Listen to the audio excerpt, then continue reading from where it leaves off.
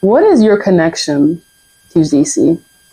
Well, I initially came here to direct a graduate program for Antioch College, which is a small college in Yellow Springs, Ohio. And what did you teach? Psychology. How did you get to DC? How did you land to DC?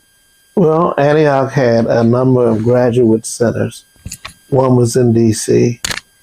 I, along with a number of black students who were working on a master's, we were very critical of what Antioch was doing, and we thought we could do a better job in training urban teachers. And so Antioch basically said, if you think you can have it. And so we were called the Antioch Black Interns Workshop. And part of the program was you to do an internship by teaching in an urban school. So I first went to Baltimore, where I taught junior high school and Baltimore city schools, and then Antioch, with an experiment, decided to let us take over the program in DC. So I became the director. Oh, okay. So that's how I got to DC. So what was it like teaching the students, and what's your favorite memory? I think junior high school is probably the most difficult age to teach students in the inner city. And but it was a good experience. It taught me that I probably needed to teach on another level. I taught in Baltimore, urban school. Baltimore was a typical urban city. This was 1969, and a lot of things was going on. I mean, it was after the assassination of Dr. King and Malcolm X, so there was still a lot of angst in the black community, still a lot of militancy. So, I mean, Baltimore still remains one of my favorite cities. It's even though DC has all of these Smithsonians and what have you here, Baltimore is a much more culturally enriched city, at least it was then. Why do you say Baltimore is a lot more culturally enriched at the time, like in the 1960s? At the time, DC was still a colony, which it actually is now. But Baltimore, one of the things that I'm from a city. I'm from Cincinnati. Yeah. And there's a difference between industrial cities, and DC's a government town, and almost everybody here works for the government or contracts with the government. Whereas Baltimore was a working class city. It had a black theater company, still in existence, the Arena Players, and had a great library. There's certain things that you can tell about cities culturally. I mean, Cincinnati, for instance, and Cleveland, they have two of the top 5 symphonies. Wow. Cincinnati has a world-class zoo. Enoch Pratt Library is a much better library than DC's library was at that time. So there's a lot of things that it has, a lot of jazz, and there were things. DC, I don't want to say that DC is cultureless. It just didn't have the feel of a city. And Marion Barry changed everything when he became the mayor. It became more culturally rich in terms of black people in particular. What part of DC did you live in when you were teaching graduate students?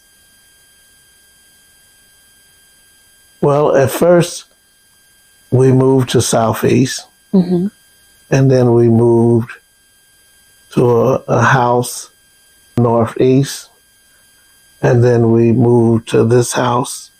I've been here since 1974. I'm the oldest homeowner, both in age and longevity on this street. Wow, and this is Northwest. Right. So can you tell me, like, in the 1960s/1970s, how would you describe Southeast? It was, well, I lived on this side of the river, not on the other side of the river. And so there was still a significant number of black people. Gentrification had not come to the city, but it was Capitol Hill. So where I lived, and so there's a lot of white people there as well. So there's a difference between across the river, Anacostia and what have you, and on the west side of the river, even to the day. So. And how would you describe Northeast at the time? I didn't know. I mean, I just lived in the house on 6th Street Northeast, but I was not really involved in the community or what have you. I don't remember any of my neighbors, but I think a significant number of them were white. But from the standpoint of DC as a whole, it had a real nice nightlife. A lot of musicians were still here who went on to be great musicians on the national and international scene. There was a lot of things going on. DC, because of the most of the cities, big cities had large black populations, whether you talk about Detroit, Philly, Cincinnati, Cleveland, St. Louis.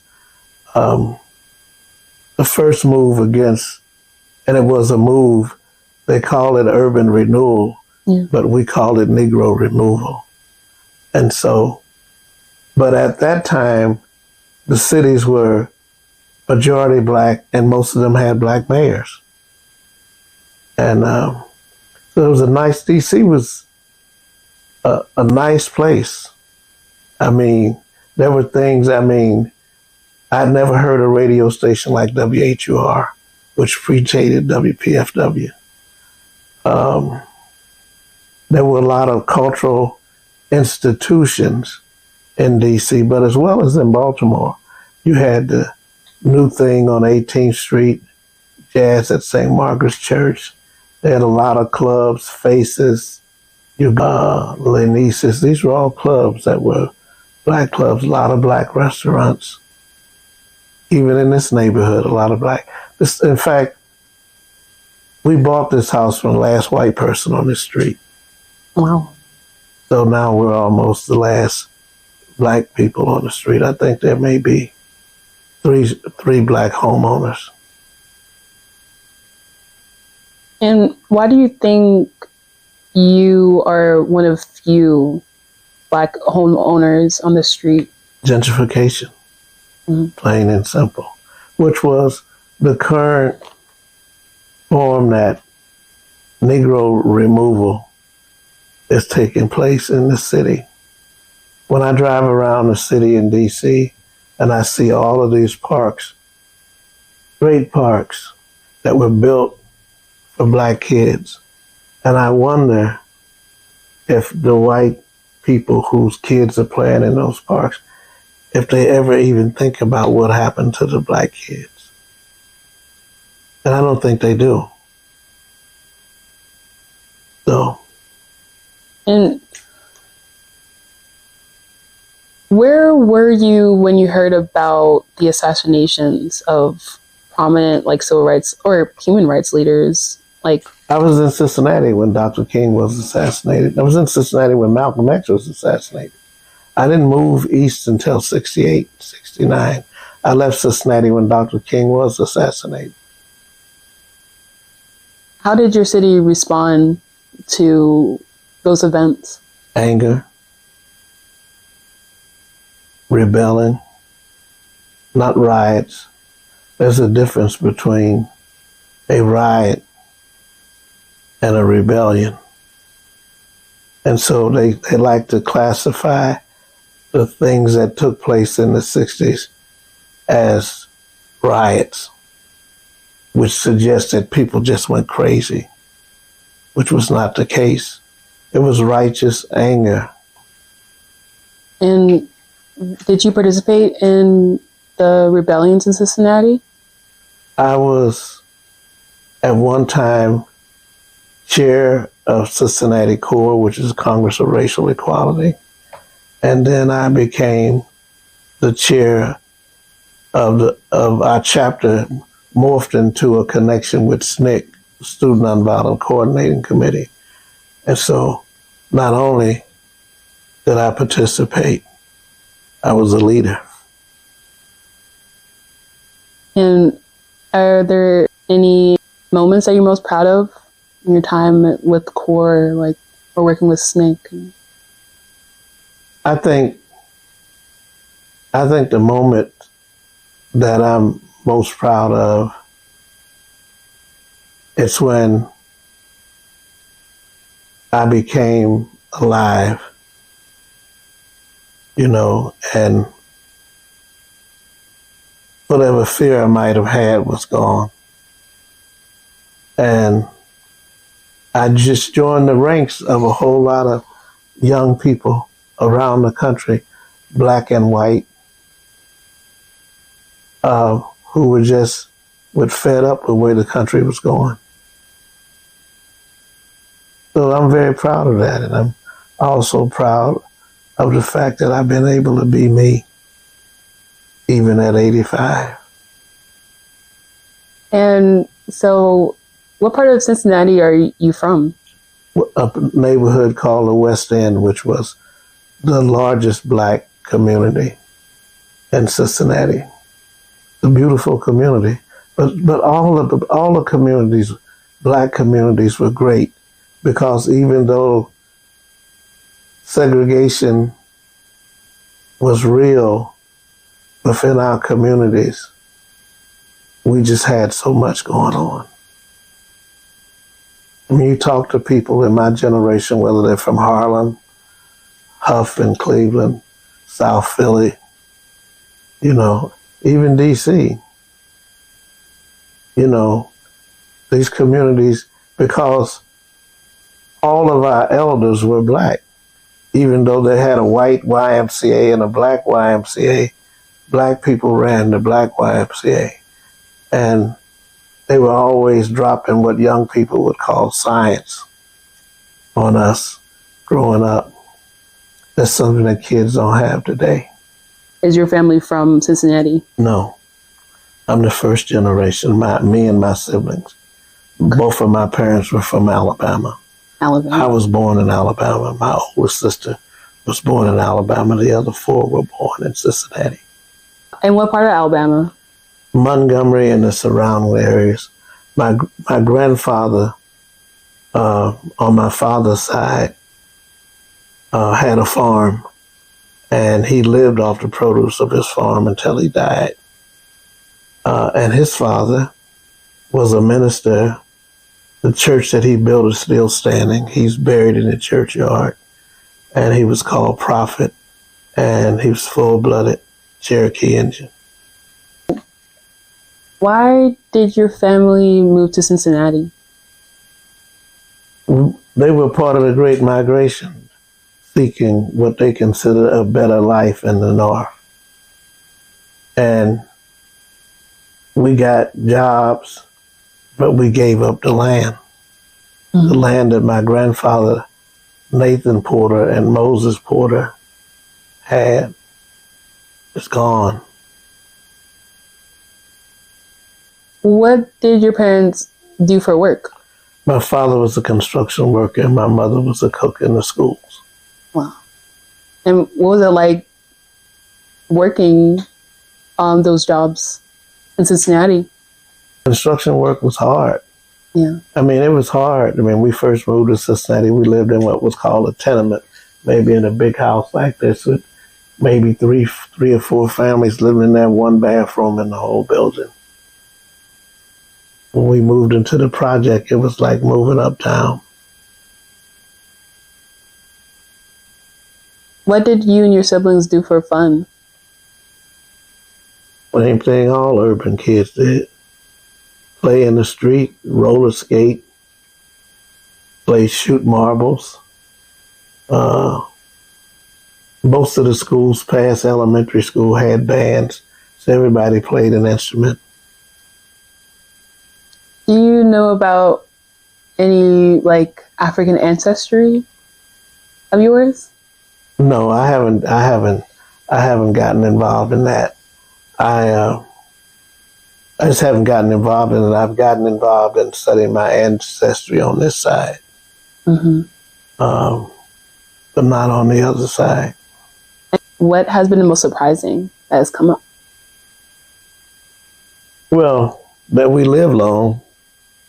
I mean, my great grandmother and great great grandmother lived so, on my mother's side, lived so long they both made the newspapers. Oh. I actually have the clippings.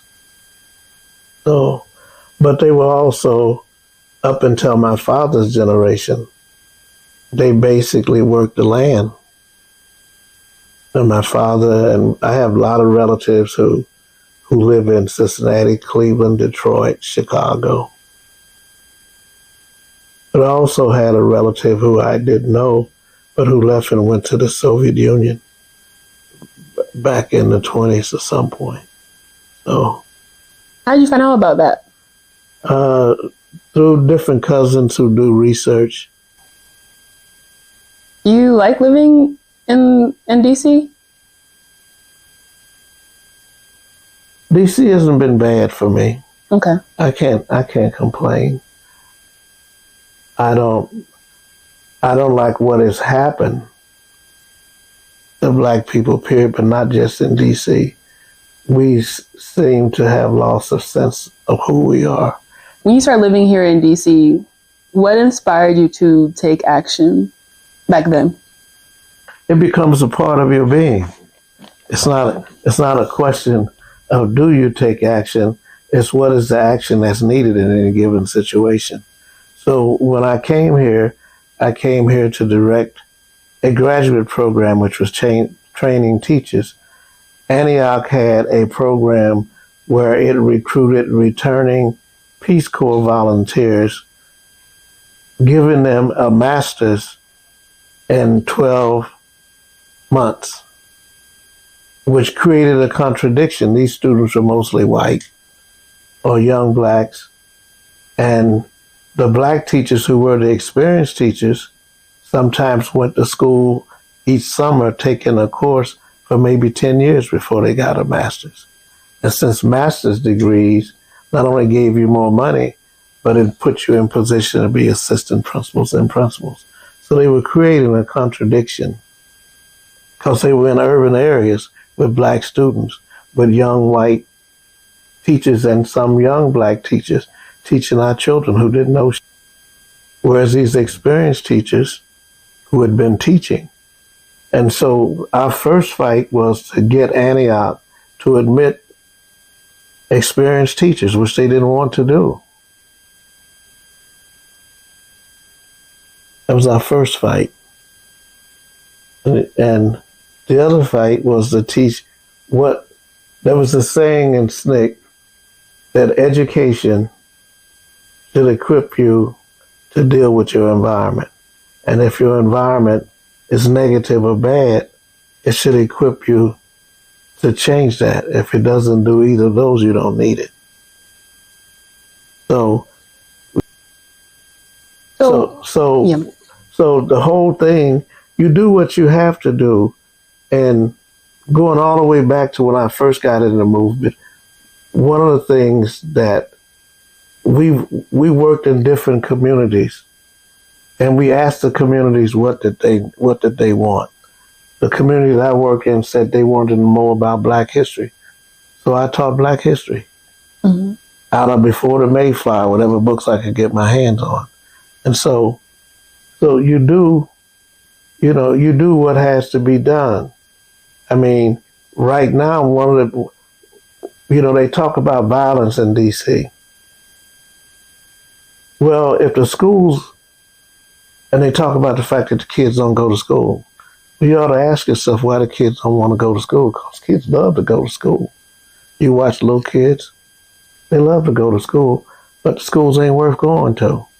DC has only one or two schools that have marching bands. Every high school had a marching band. They don't. They took the art. They took the music. You see what, I'm looking at a book now by John Strachey. It's called Literature and Dialectical Materialism. It's about culture and fascism. It was written in the 30s. And it's very interesting. People wake up. People learn stuff, you know. That ain't happening even for white people.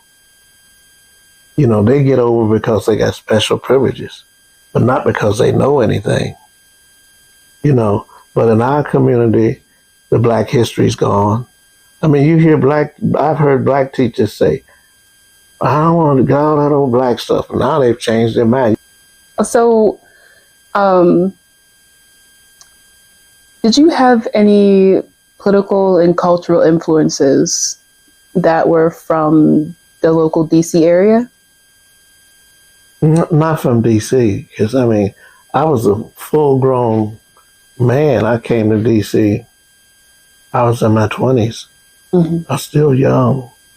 There were people, and by that time I had been in Corps and SNCC, and so we learned and grew together.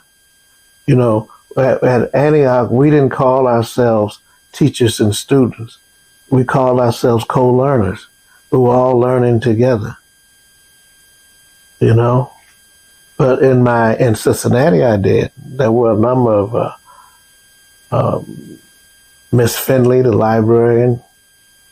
She used to tell the kids whenever I went back to visit the library, really to say hello to her. She said they never had enough books for me to read. Well, it really wasn't true, but I liked the story. You know, but I had people, older people, grown people, who pulled my coat. I mean, I really got my undergraduate degree working in the post office. I worked in the post office going to undergraduate school, but the guys, mostly men and women, I learned so much from, you know. So I had people who influenced me before I came to DC. I was fully grown. I mean, I have a friend, Muhal Richard Abrams, very famous piano player. He went to New York. He said New York didn't make him. He was made before he went to New York. That's where I was. I mean, I was fully grown. When I came to DC, I had 2 kids, but I came here. You know, I was married. And so you mentioned that you were involved with Corps and SNCC. Did you do any political office? I was chairman of Cincinnati Corps and chairman of Cincinnati SNCC. While in DC? Like, did you run for any office? I ran for Congress in Cincinnati. In Cincinnati? Right. Okay. Yeah. I didn't win, but I gave him a scare. A scare? Why you say that? Well, because, and nobody talks about it, I ran in 2 counties that were 99% white. And Mundell, who was running for president, he was supposed to help me. I got 2,000 more votes than he did in 1 county. 1,000 more than he did, because I was straight with the white people. Said you can vote your racism and vote your interests. But it comes right down to, I don't lie to people. I come straight all the time. You know. Why did you run for office here? I wasn't really connected in that way in DC. I was well known in DC because I was like being director of Antioch's graduate program was like being a dean of a college of education at Howard or Georgetown. And so when I was young, and DC had its own black political establishment here. And we were on to some other kind of stuff. I mean, we were real revolutionaries in terms of what we were teaching. So much so they finally closed it down. They closed it down what year? Oh, I forgot. It was long. Well, it didn't matter because by that time we have taught students. There's a former student of mine who's coming down from New York tomorrow. Oh. He's probably the leading authority on the progressive side on self-governing territories like Virgin Islands, Guam, and what have you. He's real revolutionary. Another former student of mine is in Zambia.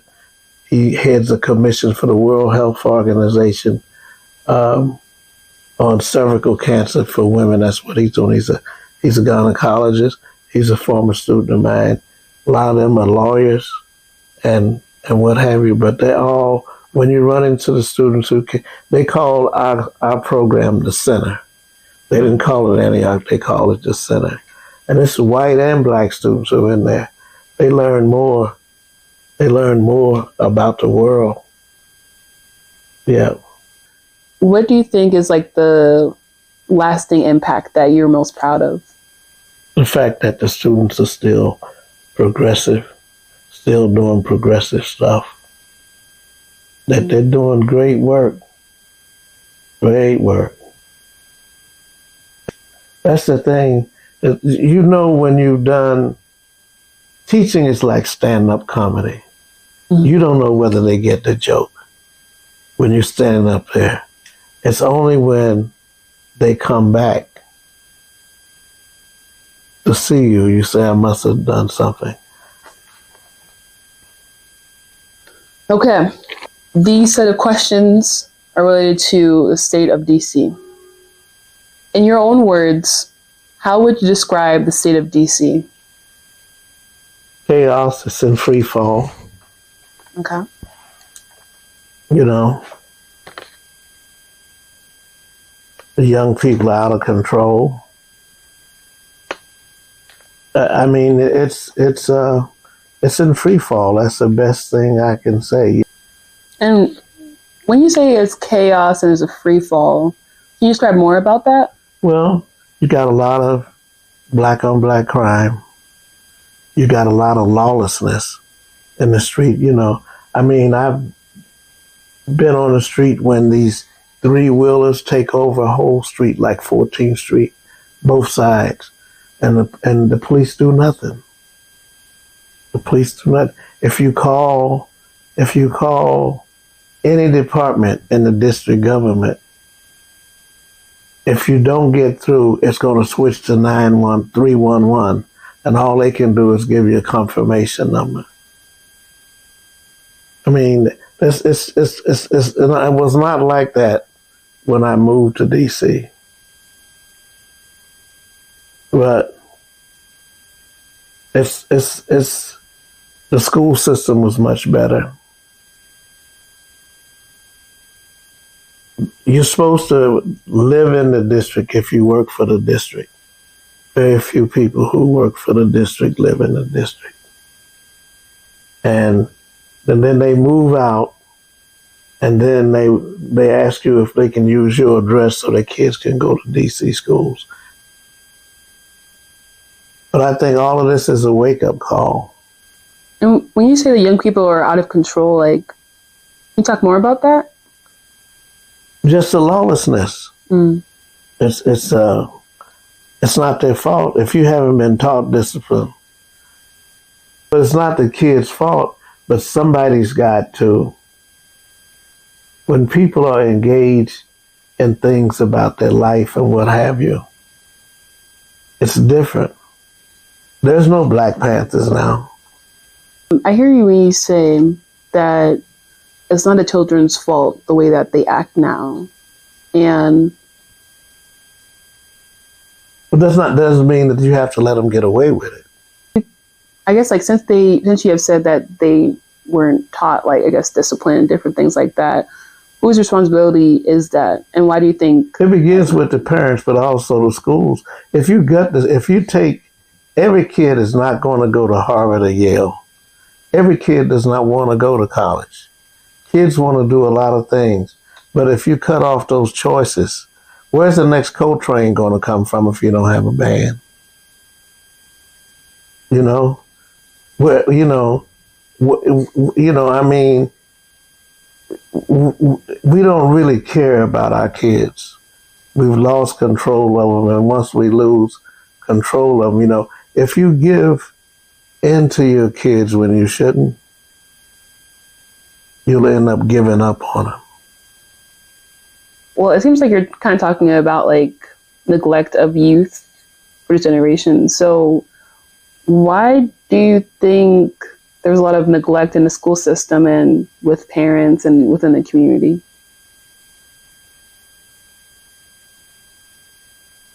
I think they don't know what to do.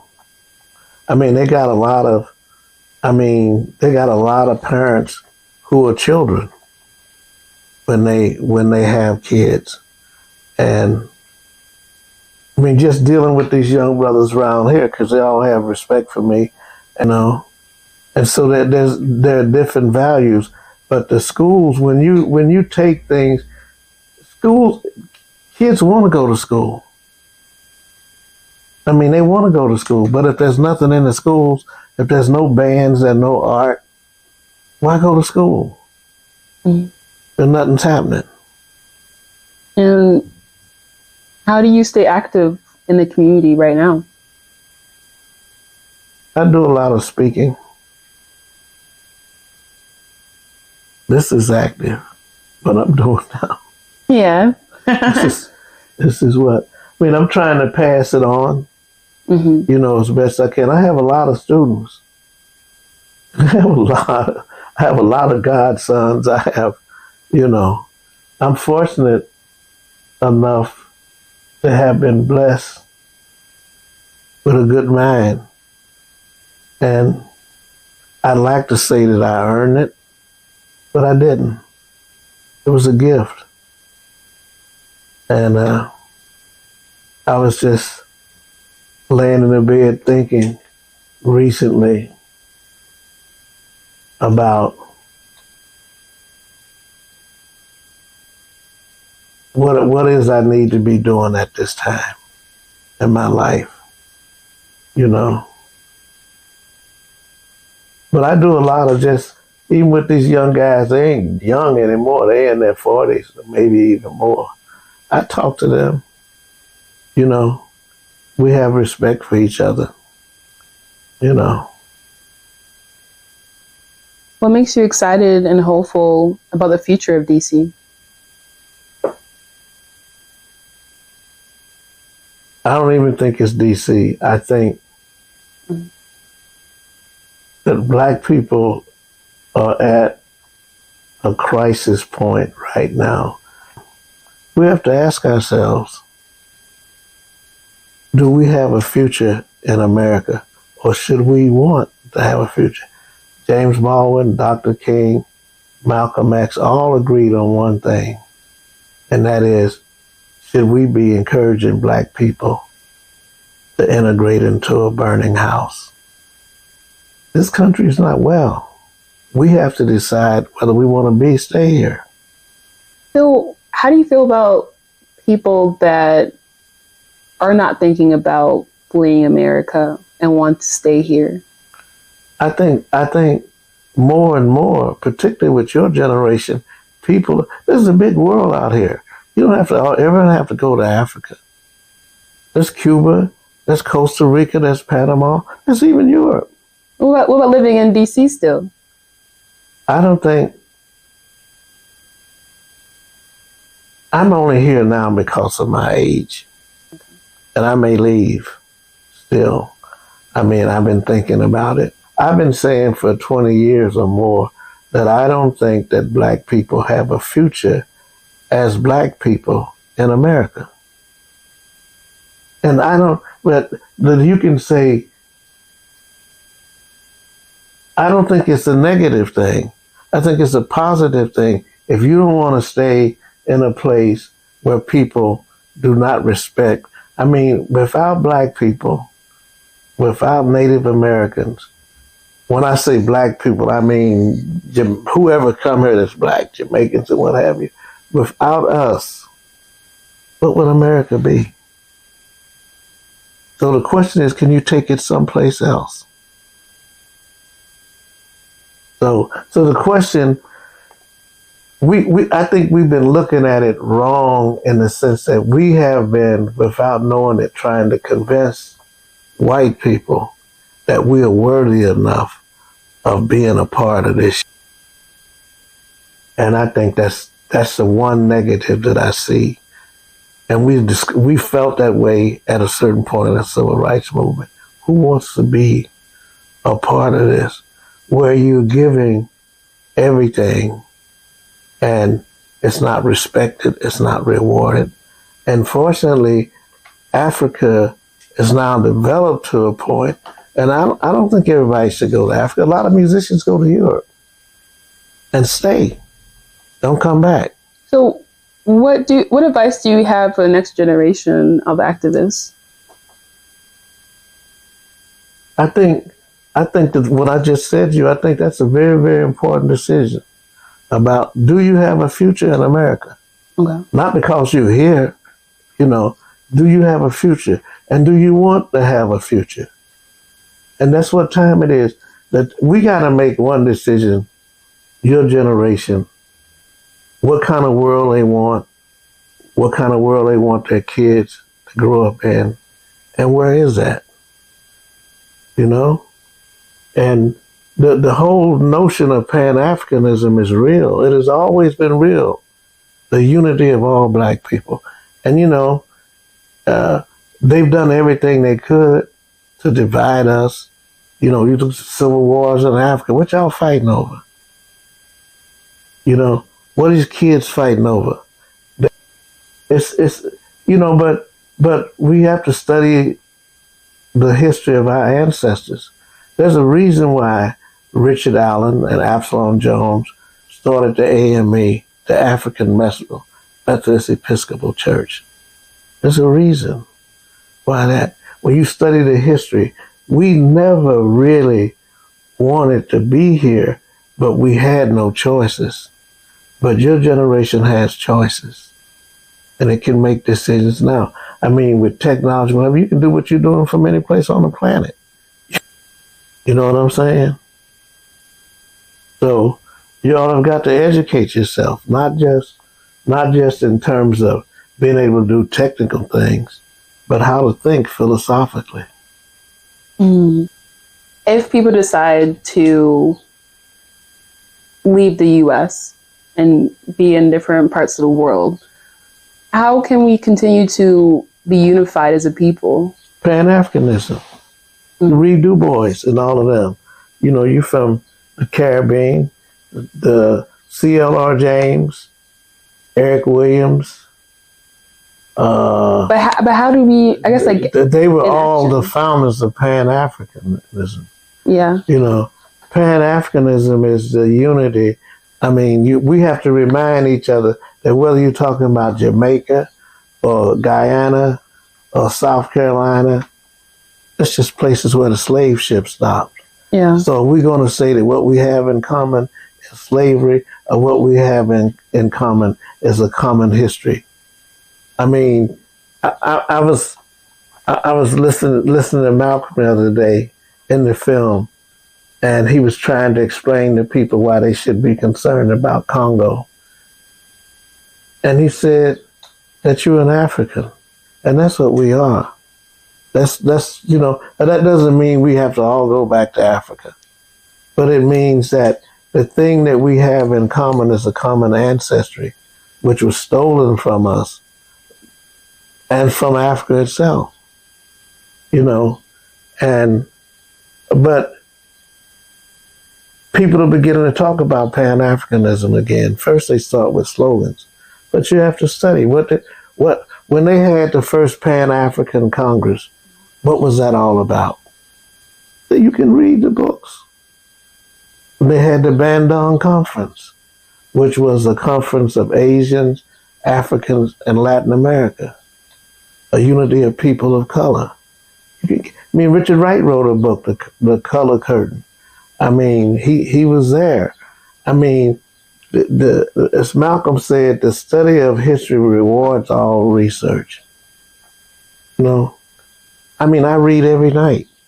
I'm always reading and listening, So you have to study. You have to really know who you are as African people, And you began with Guyana and Jamaica, and every generation has a Bob Marley or a Stevie Wonder or John Coltrane. They're great Caribbean writers, But the thing that unites us is not slavery. is that we're African people. Dr. King, I have it, he said one time, who are we? And he says, we are great and noble people who were taken from our homeland. Something about like beasts and ships, but we are the heirs of a great and noble planet known as Africa. You know, so we have to know who we are.